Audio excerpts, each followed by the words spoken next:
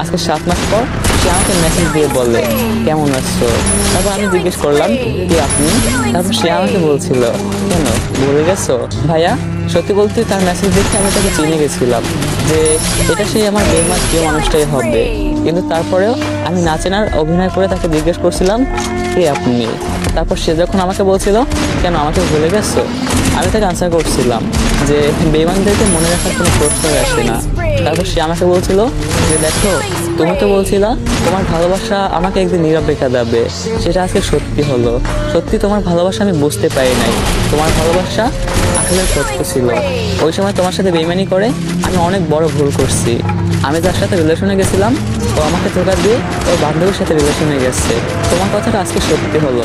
তারপর আমি তাকে বলছিলাম আর কিছু বলবা।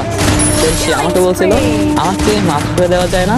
তারপর আমি তাকে বলছিলাম মাফ বেইমানদেরকে।